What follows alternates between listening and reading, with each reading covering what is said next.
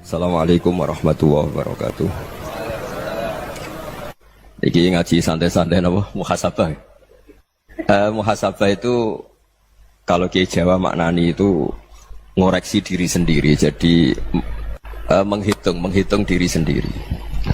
Ini pas bidang yang saya tekuni tadi karena Habib Ahmad yang minta kemarin sama ibu siapa dari Indonesian Power itu. Ibu Lia, saya turutin sekaligus saya sambil belajar terus tentang muhasabah. Dalam konteks Indonesia, muhasabah itu sudah jadi perilaku ya. Karena dulu orang tua saya, guru-guru saya kalau ngandani itu, bayangkan kalau kamu jadi dia. Jadi misalnya kita mentang-mentang atasan, otoriter sama bawahan. Bayangkan kalau kamu jadi yang bawahan itu kayak apa? Laukun tamakanah, kalau orang Arab bilang, bayangkan kalau kamu di posisi dia. Makanya guyonannya orang-orang Indonesia itu kan orang ngaramkan judi gitu, bareng dikasih tahu. Tapi yang menang anak jenengan, alhamdulillah. Ternyata ngaramkan itu karena ada anaknya. Kalau anaknya yang menang ya seneng. Meskipun itu guyonan, tapi saya punya padanan itu dalam kitab Hikam. Nabi Ibrahim itu Khalilur Rahman, tentu bencinya minta ampun sama yang namanya maksiat.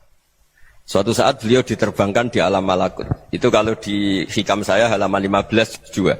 Saya masih ingat betul. Mungkin kalau Anda beda halaman karena beda cetakan. Setelah diterbangkan di alam malakut, diperlihatkan sama Allah. Ada orang pezina, ada orang syaribul khomri, ada orang mabuk, ada orang macam-macam. Allah tanya sama Nabi Ibrahim, bagaimana pendapat kamu Ibrahim tentang mereka yang maksiat? Kata Nabi Ibrahim, ya Allah, habisi saja mereka. Mereka hidup di bumi engkau, makan rezeki engkau, kemudian mereka tidak taat sama engkau. Singkat cerita, di fase itu, saya ulang lagi, di fase itu, Allah nurutin. Sampai sekian peristiwa, mungkin 3 atau 4. Sudah, setelah sekian tahun, Nabi Ibrahim lupa peristiwa itu, kemudian beliau diminta menyembelih anaknya. Ini versi kitab Hikam. Memang versinya banyak tentang kenapa Nabi Ibrahim disuruh menyembelih anaknya. Ketika mau menyembelih anaknya, Nabi Ibrahim ragu. Huwa samratu fuadi. Anak saya ini buah hati saya, kenapa engkau suruh menyembelih? Terus kata Allah, apa kamu tidak ingat ketika kamu saya angkat di alam malakut, kemudian kamu usul bunuh-bunuh, saya tidak mempertimbangkan usul Anda, tapi kenapa sekarang saya merintahkan kamu mikir? Gitu. Terus, ya karena ini anak saya ya Allah. Terus kata Allah, rumang samu wong sing kon mateni gak gawean kau sing gawe kowe enak wae usul mateni. Sebenarnya saya yang bikin kemudian Anda enak aja usul membunuh. Semenjak itu Nabi Ibrahim itu di eranya itu asfaqun nas, orang paling sayang sama manusia.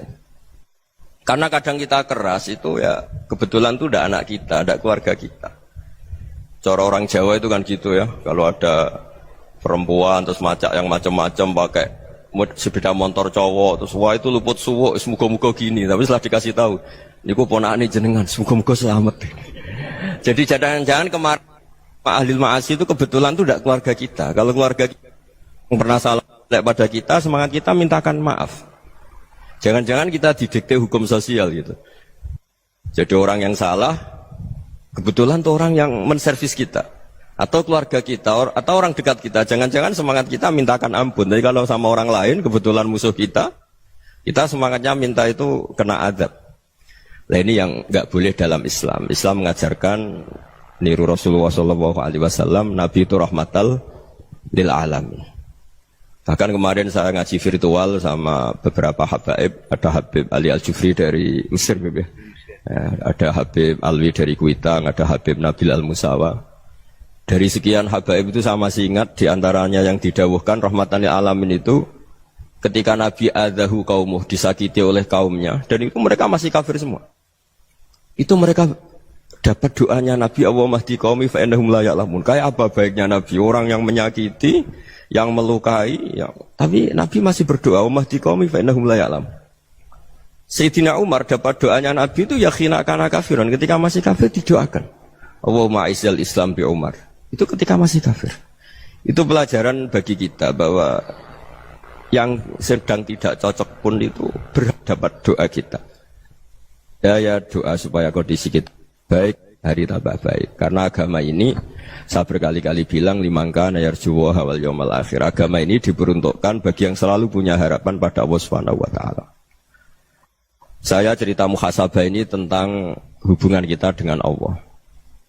Di Indonesia itu banyak orang fasik, banyak orang nakal. Ya di mana-mana orang nakal itu ya mayoritas wa aksaruhum fasikun. Tapi berkahnya harapan. Mungkin saya kira nakal sok benda, mungkin saya kira sholat sok ben sholat, mungkin sekarang belum sakhok, belum dermawan, suatu saat dermawan. Barokahnya itu kefasikan ini dianggap sementara. Sedang fasik, sedang tidak benar. Karena kiai-kiai kita, para guru-guru kita, para habaib utamanya itu mesti bilang semoga husnul khotimah. Nah barokahnya doa itu semoga husnul khotimah itu menjadikan satu pola sosial. Yang sedang fasik ini masih diharapkan jadi lebih baik, jadi lebih.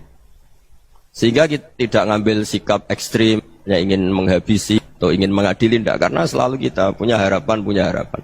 Dan agama ini limangka nerjuwo hawal yawmal akhir. Bayangkan dulu kalau yang nakal itu anak kamu. Pasti kamu gak ingin kan langsung dapat azab, dapat apa. Padahal kita semua jadi tokoh ini abul kulli, bapak dari semuanya.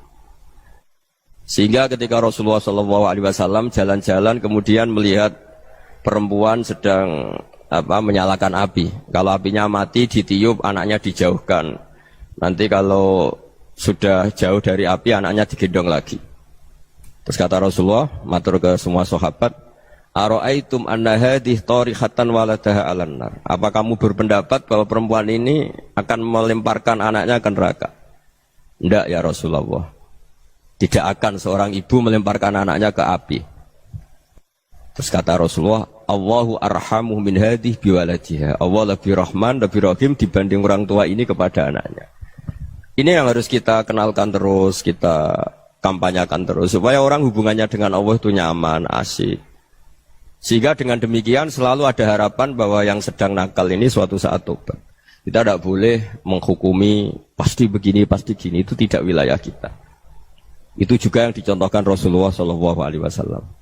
Secara lahir Nabi itu nggak berkenan sama Wahsy, karena Wahsy itu salahnya salah fatal, karena membunuh ahabban nasi ila Rasulillah, yaitu membunuh Said Hamzah. Jadi ketika Wahsy tobat, Nabi itu terima tobatnya. Dan ketika beliau dengan basariyahnya agak siap ketemu Wahsy karena harus ingat Sayyid Hamzah, basariyahnya diturutin. Oke, kamu iman, saya turutin, tapi jangan sering ketemu saya. Karena kalau ketemu kamu, saya masih ingat sama paman saya, Sayyid Hamzah. Kita bisa ngelola seperti itu. Kita tidak cocok sama orang, bagaimanapun mereka umat Rasulullah SAW, kita tetap mencintai mereka.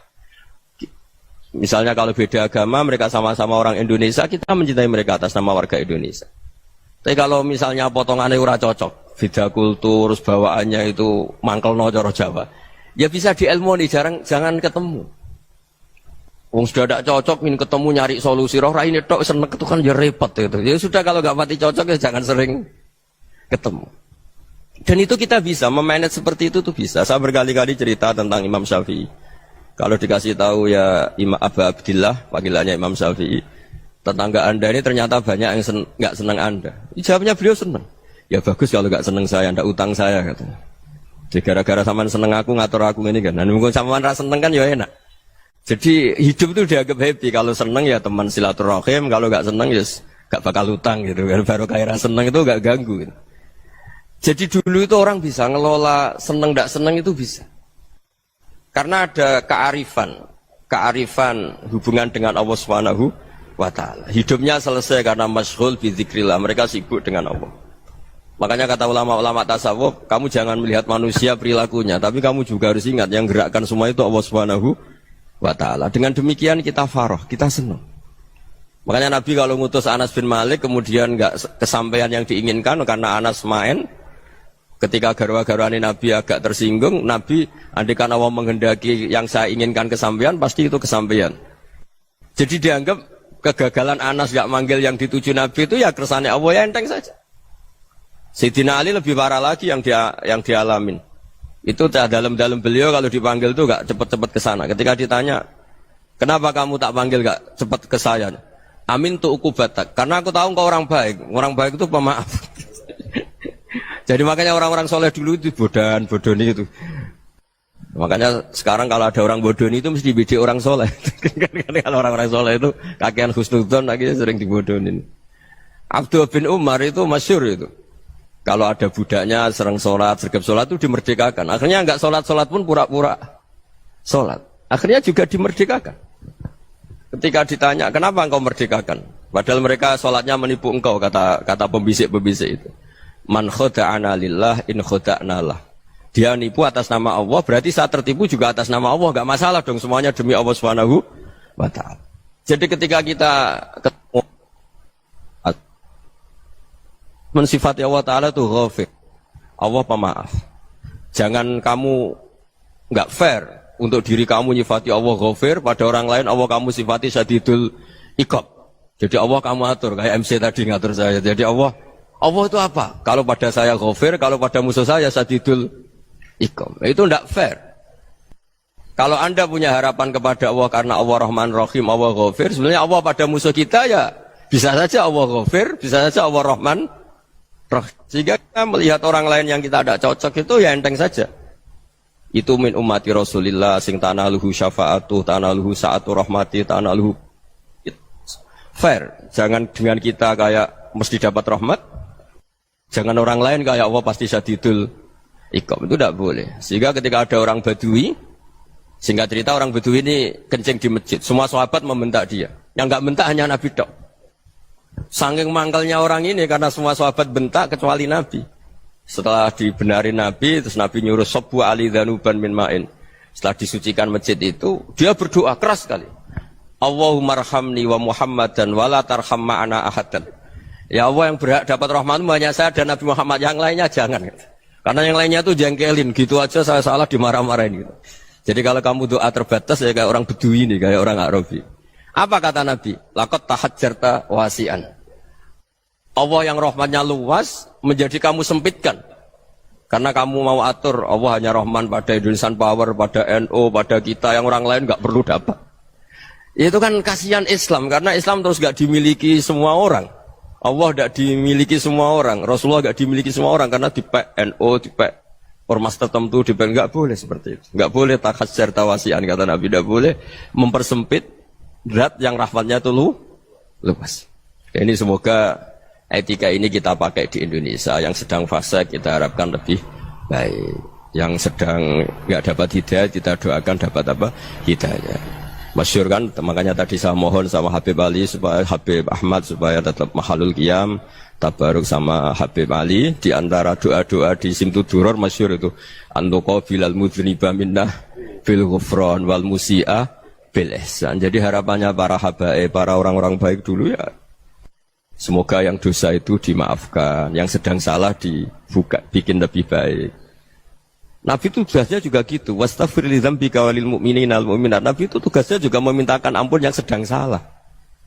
Nah ini cobalah jadi etika kita, muhasabah kita. Jadi muhasabah itu cara berpikir kita set, kita pikir ulang. Ternyata semangatnya seorang Nabi itu wastaghfir li dzambika walil mu'minun. Semangatnya itu memintakan ampun. Orang ahli tafsir tahu semua kalau Nabi itu tidak mungkin dosa. Jadi itu khitabun Nabi wa urida bihi ummatu, itu khitab Nabi, tapi yang dimaksud itu umatnya, karena Nabi tidak akan mengalami dzambun, tidak akan mengalami dosa. Sekarang enggak, kadang-kadang kita ini kalau orang lain salah itu semangat. Kalau di perusahaan ada teman salah, apalagi pimpinan salah itu seneng. Barokahnya salah bisa ganti kan gitu. Ya, jadi kalau mungkin di dunia tokoh juga gitu, barokahnya ada tokoh salah, kita yang jadi populer sendiri, tidak boleh seperti itu. Kita harus salimus sodri di jami'il muslimin. Jadi ini harus dilatih. Saya tadi matur sama Habib Ahmad, latihan kita jadi hidup. Nabi itu kalau resep jadi wali itu kata Nabi gampang. Kata Nabi, kalau kamu ingin disenangin Allah, ya sudah. Kalau kamu asbahta, amseta, gini-gini, perasaan kamu, kata Nabi, jangan punya perasaan ghil sama orang muslimin. Itu sudah wadzalika min sunnati. Makanya Nabi ngendikan la yablughni ahadun an ahadin syai'an. Ada yang baca la yuballighni ahadun an ahadin syai'an.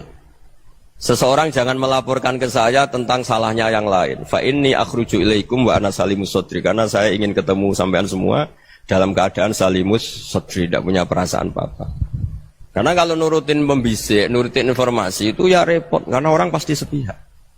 Ada kiai yang top, datang ke kampung-kampung ning desa-desa. Kata yang seneng itu punya akhlak. Wah itu bagus orang besar datang ke kampung-kampung. Kata yang enggak seneng, wah itu jobnya kiai kecil kok diambil, itu kan ya kasihan itu kan sudut pandang.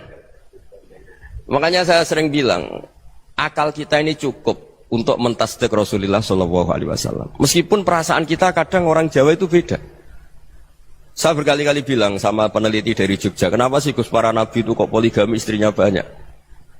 Nabi Dawud katanya itu berapa? Itu Nabi Sulaiman malah jumlahnya agak terbatas ini. Nabi Muhammad itu paling sedikit. Saya tanya gini, perempuan itu orang lemah, jadi kalau nolong orang satu gimana baik, kalau nolong orang dua ya lebih baik, ya sudah kira-kira seperti itu. Paling tidak akal kita masih tahu, kalau orang baik, itu kan mesti baik. Nolong orang satu baik, nolong orang dua ya lebih baik, nolong orang tiga lebih baik. Tapi kalau kamu orang nggak baik, satu saja kamu terlantarin, kamu miskinkan, kamu... Ya tinggal diukur kan, kalau orang baik, nambah baik. Tapi kalau orang buruk, tambah buruk. Nah itu akal. Akal kita bisa menganalisis kenapa sih nikah itu ada yang poligami, ada yang enggak. Ya sudah, ukur saja diri kamu. Misalnya kayak saya elek, keriting, rabi terus. Mau perbanyak wong elek. Orang perilaku netok, raine dadi elek kabeh. Tapi nak kowe ku ganteng, alim, ganteng, sugih. Anake ganteng-ganteng, berhubung kowe saleh ahli swarga kabeh. Mertua yo bangga karena karir kamu meyakinkan. Ini mertua kamu aja gak bangga mau nambah. Ipar gak bangga, mertua gak bangga, desa kamu yang kamu wayai juga gak beda dengan Nabi ketika nikah Juwairiyah itu gak ada pernikahan sebarokah Nabi dengan Juwairiyah itu Azharu Rasulillah. Di situ habis perang banyak tawanan, gara-gara jadi besanya Nabi langsung dibebaskan semua karena Azharu Rasulillah. Sekarang besanya Kanjeng Nabi. Dulu Abu Sufyan mangkalnya bukan main sama Nabi, gara-gara putrinya dinikah terus langsung jadi. Kalau kamu kan enggak, nikah satu, nikah lagi, satu kampung musuh kamu. Karena istri pertama ya cemburu, yang kedua agak bangga.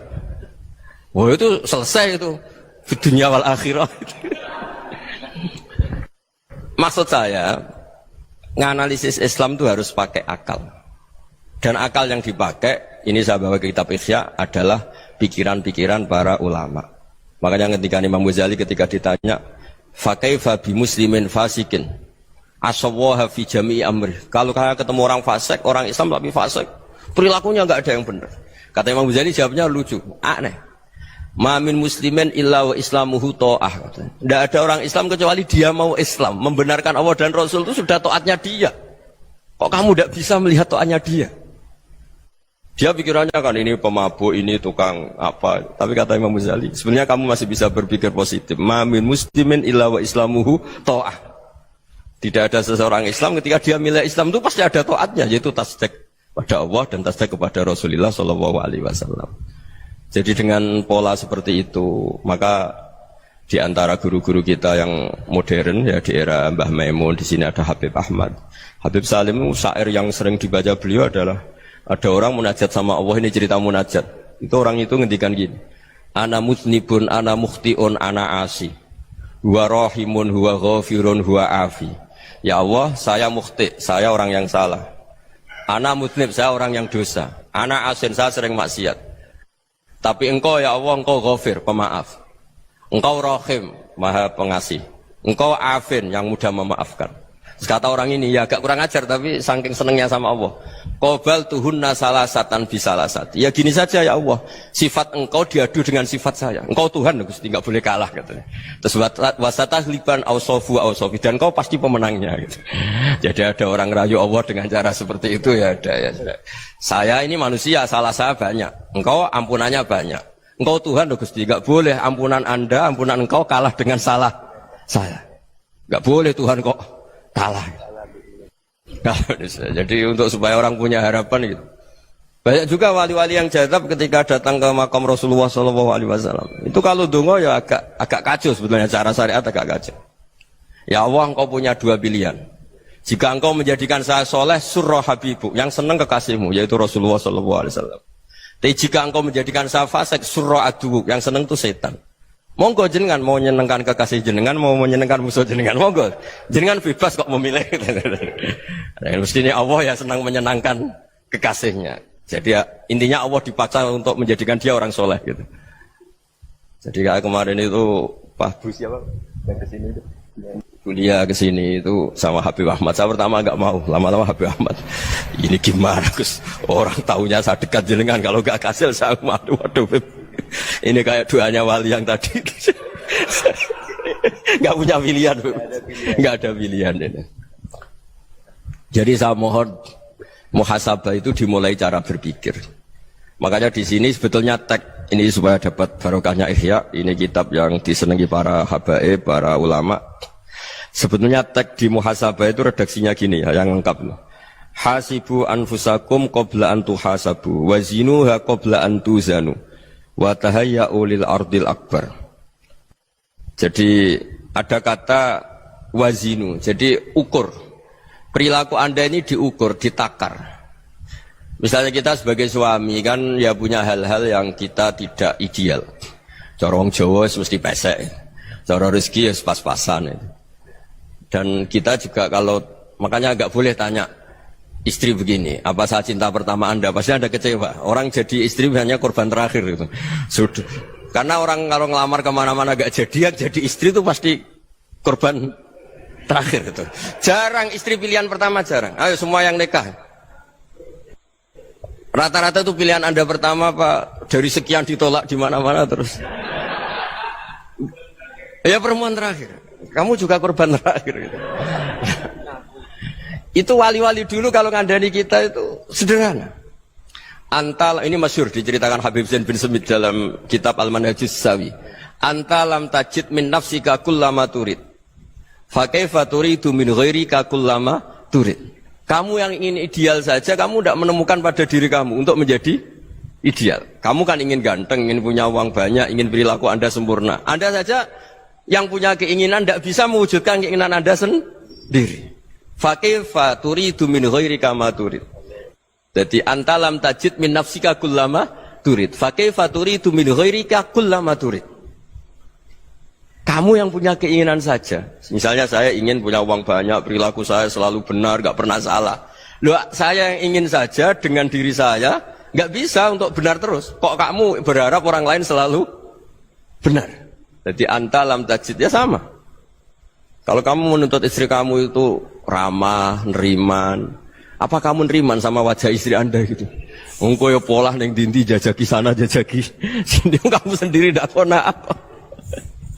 Jadi itu nasihat yang luar biasa. Antalam tajid min nafsika kullama turid, fa kaifa turidu min ghairika kullama turid. Kamu mau menghormati semua orang, tidak mau kan? Kemudian Anda berharap semua orang menghormati kamu. Kamu tidak ingin kan orang lain semua menghujat kamu. Sementara kamu enak aja menghujat orang lain. Makanya Rasulullah SAW luar biasa ketika bikin kaidah sosial. Apa la yu'minu ahadukum hatta yuhibba li akhihi ma yuhibbu li nafsihi. Jadi kalau ukuran iman itu sederhana. Kalau sesuatu itu baik, nyaman bagi Anda ya bayangkan itu pada teman Anda. Misalnya Anda bangun tidur sudah acak-acakan, enggak punya uang, utang jatuh tempo, kan enggak ingin ketemu orang. Ya kamu jangan bertamu ke jenis ini karena dengan kamu yang alami juga enggak siap ketemu orang. Makanya ada Habib Alim itu dilapuri sama seseorang. Beb, dulu teman saya itu ketika saya kaya itu sering main ke saya. Setelah saya miskin, mereka tidak main ke saya. Kata Habib itu bagus, sunnah Allah begitu itu bagus. Coba kalau kamu dulu kaya, teman kamu main kan kamu gaya. Di rumah ada makanan, bisa hormat tamu. Setelah kamu miskin jadi buruh manol di pasar atau buruh bikin boto, teman kamu datang, malu enggak kamu? Mendingan enggak datang gitu. Akhirnya baru, oh ya alhamdulillah kalau gitu. Loh ya kan dulu teman kita datang, kita ada Alphard, istri cantik, rumah bagus lah, kita miskin, buruhnya orang pas dibentak-bentak, teman kamu udah datang. Milih datang apa enggak kalau setelah kamu jatuh? Enggak kan? Jadi barokahnya ilmu itu terus.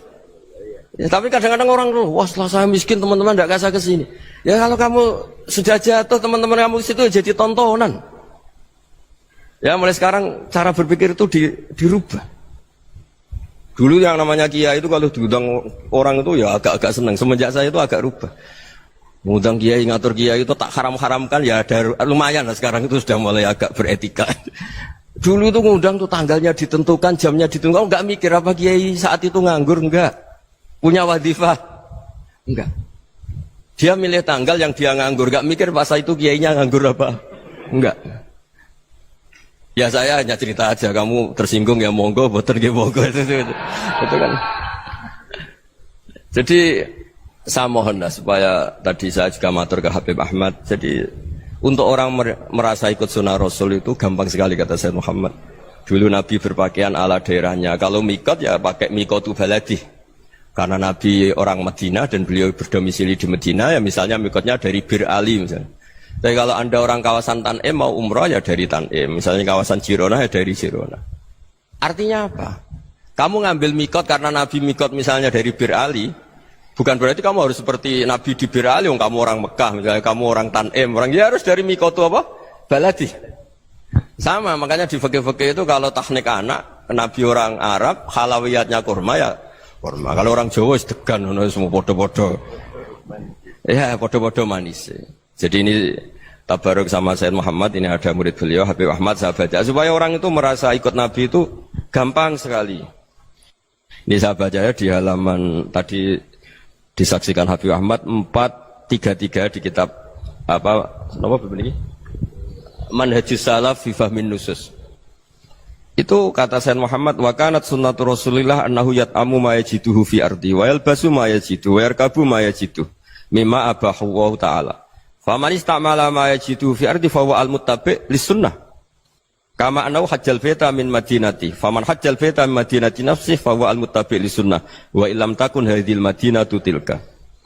Jadi intinya misalnya Nabi dulu itu ngasih sedekah kepada fakir miskin ya pakai dinar, dirham. Ya kalau orang misalnya sedekah pakai rupiah ya sudah ikut sunnah Nabi. Jangan, lo Nabi pakai dinar loh, kamu kok pakai rupiah. Dulu dinarnya Nabi udah ada tulisannya Bank Indonesia, kamu ada tulisannya Bank.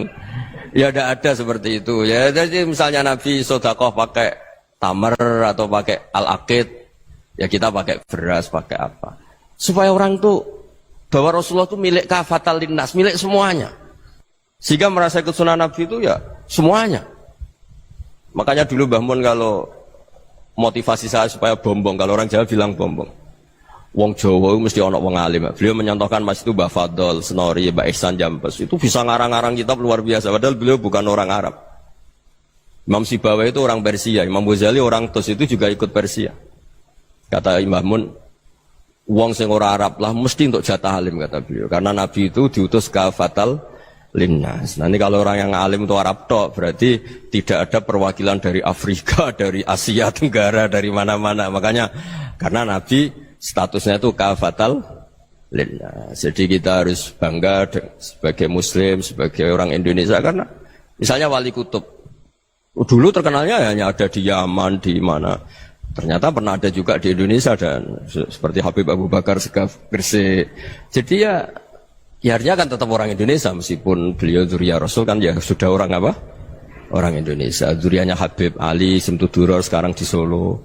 Jadi Indonesia juga dapat alawin banyak dari Sadatin al-Alawin juga banyak. Jadi saya mohon barokahnya ngaji seperti ini. Melihat orang lain tuh gampang, bayangkan tuh kalau anak kamu. Makanya Nabi, nanti kalau nggak percaya lihat di Hikam nomor 15 di kitab saya itu.